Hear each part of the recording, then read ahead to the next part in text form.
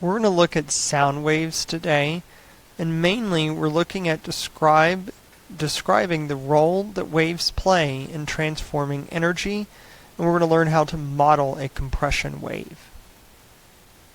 So to begin with, sound is mechanical energy that is produced by vibration. So recall that mechanical energy requires some kind of work to be done, some kind of movement to happen.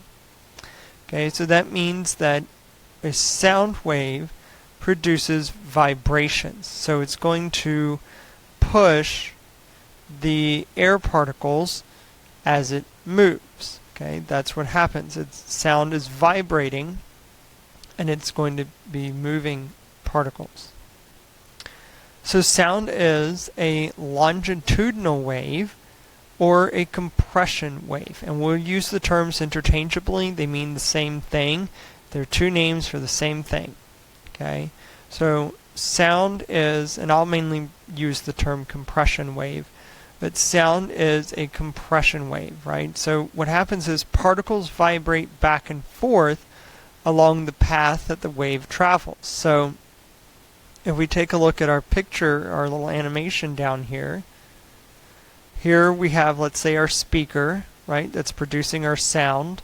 And what happens is the particles start vibrating because this wave, this sound, this energy is pushing the particles. So we're pushing our atoms and our molecules in the air, right, for instance. So on your computer, as you listen to this video, right, your computer has a speaker and it's producing energy, so it gives off that energy that pushes the air, the particles, the atoms, the molecules in the air, right? And that's what's happening with sound. And so sound will always travel in one direction, from the source, let's say your speaker, forward. Okay?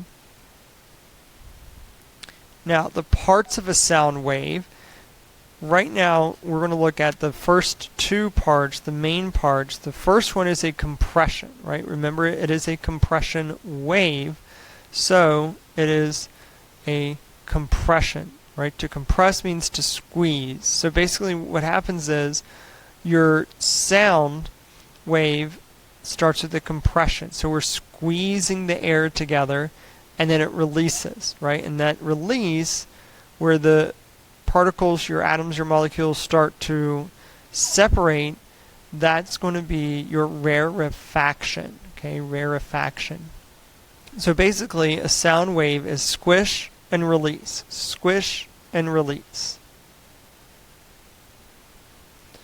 So a compression wave consists of a repeating pattern of compressions and rarefactions, as you saw in the animation on the other part, right? So what happens is, as your energy, your sound comes from the speaker, it squishes the air together and then it travels, and then the air behind it is released. So it's squish and release, compression, rarefaction, and so on. Okay, now from one compression to the next, or one rarefaction to the next, is called a wavelength, right? So that's why it's labeled twice. So it can be one compression, one squished part, to the next squished part, one compression to the next, is a wavelength. Or we could call it from one spread apart part, so your rarefaction, to the other rarefaction. So remember, squeeze and release, squeeze and release. So either the squeeze to squeeze or released to released. So compression to compression or rarefaction to rarefaction. Okay, so it has to be the same. You always measure wavelength from the same thing. Compression to compression or rarefaction to rarefaction.